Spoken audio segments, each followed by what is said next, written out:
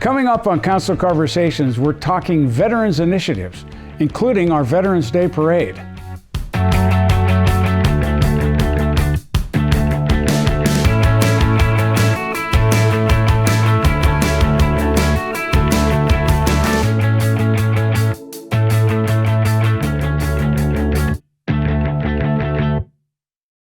Hello, I'm Mayor Skip Hall. Welcome to my Council Conversation show. Surprise is a veteran-friendly city and works to support our local veterans through a number of programs and initiatives. Today we'll talk about some of those with our City Human Services and Community Vitality Director, Seth Dyson, who will also share details on the upcoming Veterans Day Parade. Plus, Surprise is proud to have 2 military veterans serving in the top spots of our public safety departments. I've invited Fire Medical Chief Brenden Espie and Police Chief Piña on the show to talk about their experience in the service. Let's start with our chiefs. Welcome to the show, chiefs. Thanks for having us. Thank you, Mayor. You bet. Let's begin by talking about your military experience. I'll start with you, Chief Piña. Can you tell us about what service you were in and how long you were in? Yes, and so I was in the U.S. Army Reserves as a second lieutenant. I completed the ROTC program while attending Arizona State University. And so I was commissioned from there. I did a short stint in active duty and had planned on continuing my career, but I was also accepted into the police academy to start my career with Phoenix PD at that time. Okay, all right. And so I went into the reserves and stayed there for approximately 8 years. Oh, wow, okay, super. How about you, Chief Espie? Well, Mayor, I was in the Air Force. I was active duty for 4 years. I went to tech school in San Antonio, spent a little time in San Angelo, went to the fire school there. That's how I kind of got my start in the fire career. I was in the fire department in the Air Force. And then was lucky enough to get orders here to Luke Air Force Base. Got to Luke in, I think it was February of 98, I believe. Shortly thereafter, bought a house in Surprise and served out my 4 years. Got hired in the city of Surprise. It was a week after September the 11th. Wow. Went to the academy, graduated the academy first week of December. And then got recalled to active duty. I think it was probably second week of January. Recalled to active duty for 1 year. So I left Surprise for a year and then was able to come back November that year. So it's just under a year. So almost 5 years active time. Okay, super. Yep. So why is the service important to you? We'll start with you, Chief. What about the military called you to serve? Well, in general, I think just my prior education, both through high school and through college, I had a sense of purpose of what I wanted to do with my life. And that's why when I was commissioned, and I was an MP officer, so with the military police, it seemed like I had two options, either go into policing or go to law school. And after going to school for 16 years, another 3 years of law school wasn't very appealing at that point. So that's why I applied to the police academy, and I gave that a shot. But in general, just the ability to work with people in the military that have high integrity, high morals, and that's what I learned in the leadership portion of becoming an officer. Right. Was you had to display those every day to be successful. You really did. And you couldn't fake it. I know. Because the line level troops will absolutely know it. So it's translated to this career exceptionally well, because I continue to work with both as we say, public safety here, fire and medical, and the police department. We get an opportunity to work with some incredible personalities and men and women that are dedicated to service. Yep. And that is a true treat. Yep, absolutely. What about you? Yeah, Mayor, honestly, a lot of what the chief just said applies to myself. The one big difference was the thing that attracted me to the military was as a younger man, 17, looking at 18 right around the corner. I really didn't have a plan. And I was kind of, I'd say, a little bit of a lost soul. So for me, the military kind of was the, that gap to get me from, maybe adolescence into a young man. And I got to tell you, some of the things you were talking about, Benny, the structure, kind of the values, the principles that are instilled right from day one. I mean, basic training, you hit the ground. I always tell everybody, for me, your drill sergeant on day one, you kind of don't like that person, and boy, by the end, that you want to be that person. Yeah. And so I always go back to that in even in current times. The military for me was all about structure, really set that foundation. I had a decent one, when it came to work ethic and stuff, but some of the integrity, the core values that the military instills was a big deal. And I always liked to serve. Where I grew up back east, a lot of volunteer departments. The police departments were all paid, but volunteer fire.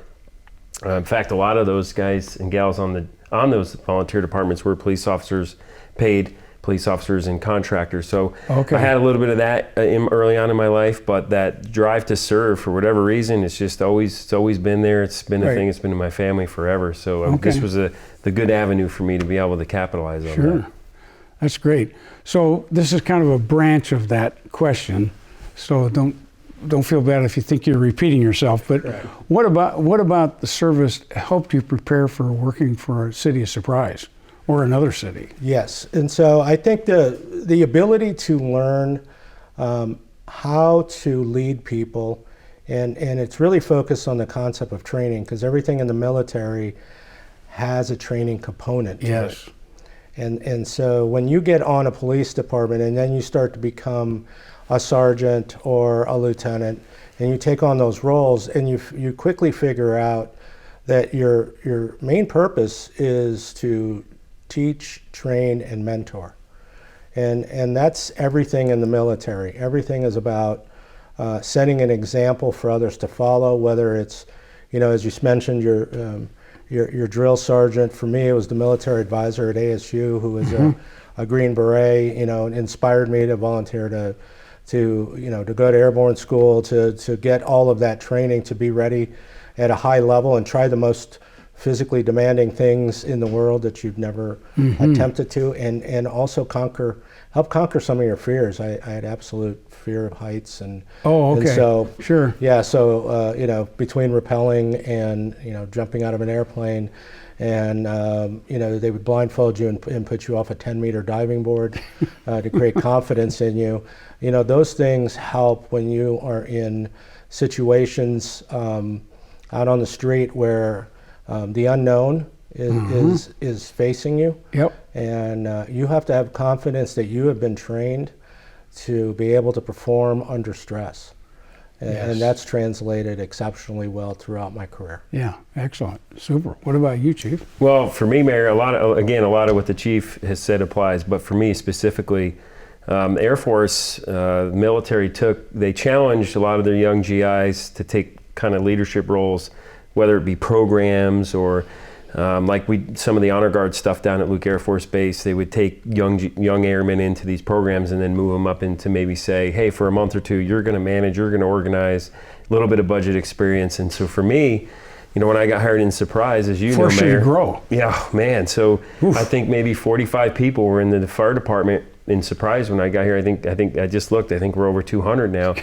And so for me, it was great because I had already had some early exposure to, maybe we'll call it being in a position, management position or a supervisory position, maybe a little earlier than maybe you should have been. And so I've kind of played up or lived up my whole life, and the military is really where you got that start. And so what the military did, at least for me, was kind of knock some of that fear or nervousness out of, hey, this is an opportunity, should I take advantage of this? And so where some people look at that and go, I don't know if I'm ready or whatever. I always say maybe I'm not ready, but I'm never going to be ready if I don't try. And so for me, the military time early on really, I think, prepped me for. I honestly, I look back, I go, man, the way everything worked out for me in my career and where I work here in this city. It was like baking a cake, step one, step two, step three, and so for me that early advancement in kind of some of that supervisory leadership type stuff was a big deal for me. That's great.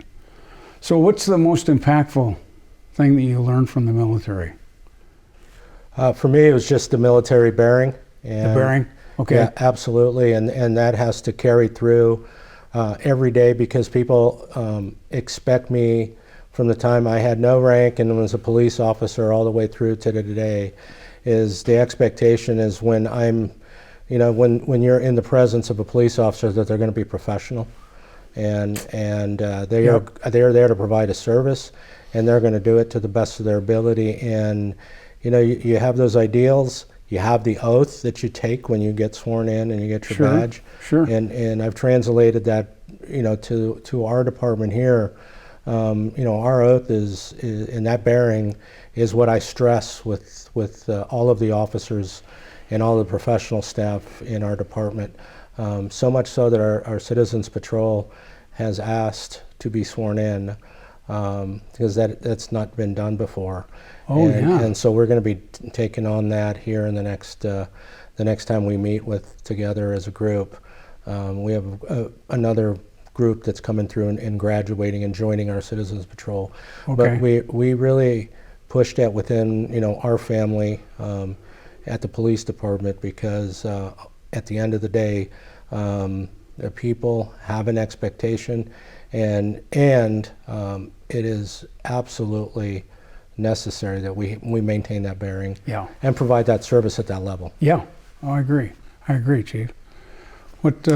Yeah, again, some similar things, but that structure, some of the basic fundamentals of the military. I was just, as you were talking, I was thinking the core values of the Air Force. I'm going to go live with that in net here, but integrity first, service before self, excellence in all we do. Yes. That fact that I can recall that, whatever it is, 30 years later, tells you that early development and the opportunities and the stuff they were preaching back then sets in. So structure, confidence, and then the ability to kind of move a larger group of really great people forward and together collectively towards a really good goal.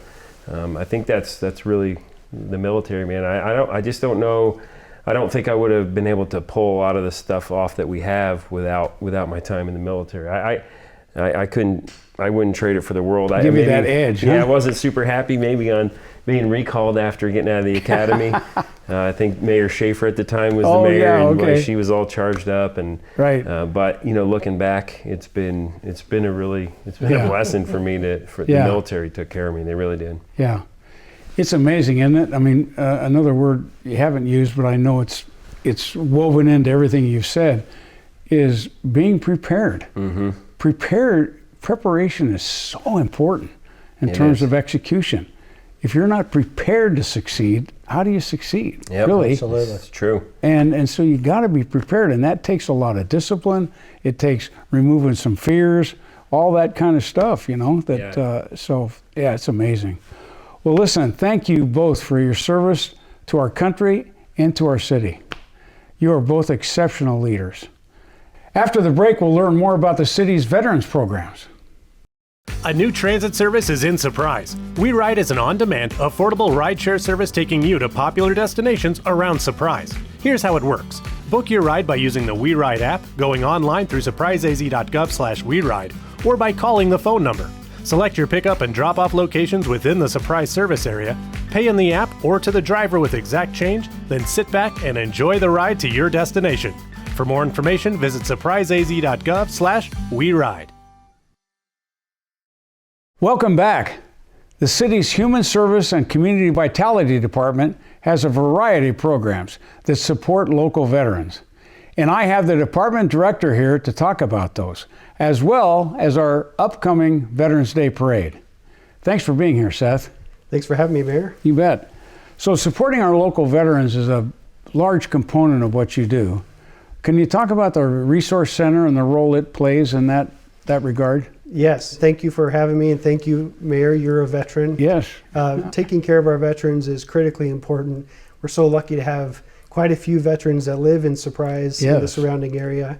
And our goal is to serve as many veterans as possible with whatever needs they may have. And so a couple years ago, we were fortunate enough to bring the West Valley Veteran Success Center over, that was just outside of Luke Air Force Base, into the city of Surprise. And we have now created some strong partnerships with the Arizona Coalition for Military Families and the Department of Veteran Services, who we now have a full-time veteran benefit coordinator at our Surprise Resource Center that can help any veteran and their family member kind of navigate some of the processes and operations, VA benefits, disability.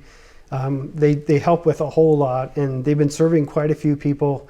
I know you can get some of those services online, but it doesn't replace just being able to connect with somebody. Yeah, you're right. And not only the veteran benefit counselor, we have a veteran navigator who, through a partnership with AmeriCorps, NAU, we have someone that helps veterans navigate random things.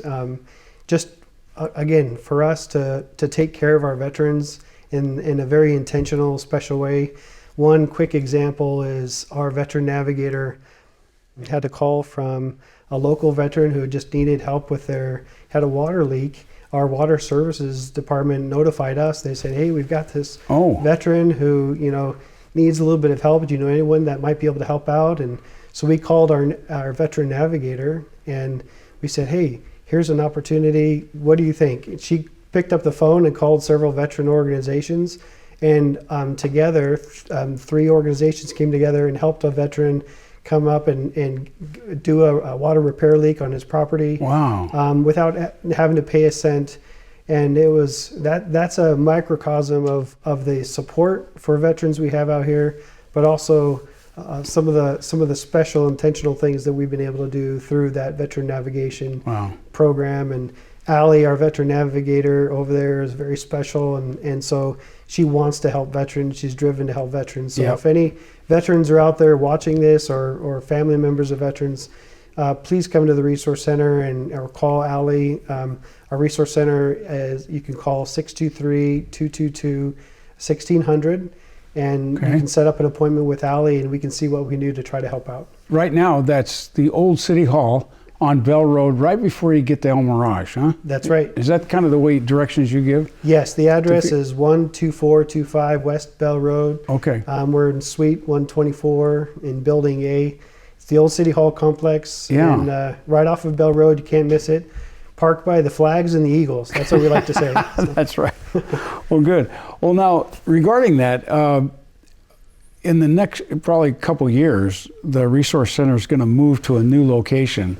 Can you talk about that a little bit? Because that's kind of an exciting development, what's going on there. Yes, we are, Mayor, we're so excited. Thank you and the council for your support of a very special project. So we have a multi-generation community resource center project being designed right now that will go into service in the spring of 2026. That will relocate our resource center, our senior center, and our Hollyhock Library all into one nice big community resource center property. Great. Right in the original town site, right off of Hollyhock and Santa Fe roads. So you'll be able to see it driving along Grand Avenue. And not only will we be able to continue to provide the services we're doing now, but we're able to expand. Like we're going to be able to bring Head Start in, we're going to be able to serve more community functions. So some of the local groups that don't have space, they're forming, they just don't have their own building, they can come and meet in the building. And all the other things that we do, from senior services to some of our youth programs to our resource center. We have a brand new grant that we received from First Things First that we're going to be doing more early literacy classes and workshops with families. Great. So with children ages 0 to 5. All of that's going to be kind of a hub right there at our new community resource center. Wow. So thanks to Maricopa County. How large is that going to be, Seth? How big is the building? It's going to be about 33,000 square feet. So we're talking about a pretty good sized facility. Yeah. And we're grateful that we were able to receive some federal funds, both from Surprise and Maricopa County, to make this happen. So a $27 million project that we, again, should place in service early 2026. Great. And you got a new apartment complex coming in that's veteran preference, correct? That's correct. So steps away from our brand new multi-gen community resource center, we have partnered with the Housing Authority of Maricopa County, who's bringing in senior housing, so 62 and over, with a surprise and veteran preference. So this was very important to us. In fact, it was one of the things you've you've talked to us about several years ago is what can we do for our veterans? And unfortunately, we are seeing older individuals in our community, and some of them are veterans that are having a tough time with housing. Okay. And so this will be 99 units, again, steps away from our brand new community center, single apartments, and income-based, Housing Authority of Maricopa County. But yeah, Surprise and veteran preference. That's excellent. And, it'll probably be around a $30 million project. Very excited to see that come out of the ground. We hope to see ground break by the end of this year. Super. Yeah. That's exciting too, man. So, and you got the Veterans Day parade coming up, and I love that parade. Yes. Because we get, I don't know what the count is, but it's over 5,000 people usually. Probably to come to that parade. Or double, I think. Yeah, it's really something. It's a beautiful event. It is. So what can you tell us about, what details can you give us about that, Seth? Yeah, Mayor, we're a parade town. People love this parade. They come out. I know. Our Parks and Recreation Department leads this and organizes this, and they do a phenomenal job every year in support with our public safety teams. But they're expecting over 100 entries, and it's anywhere from school groups to faith groups, and anyone that wants to come and celebrate veterans and thank our veterans for what they do. We have a very strong community support for our veterans. Yeah. We want everyone to come out and encourage people to come out. So there's an easy registration process that goes straight to our Parks and Rec department. So it's going to be November 11th. It's always November 11th, Veterans Day.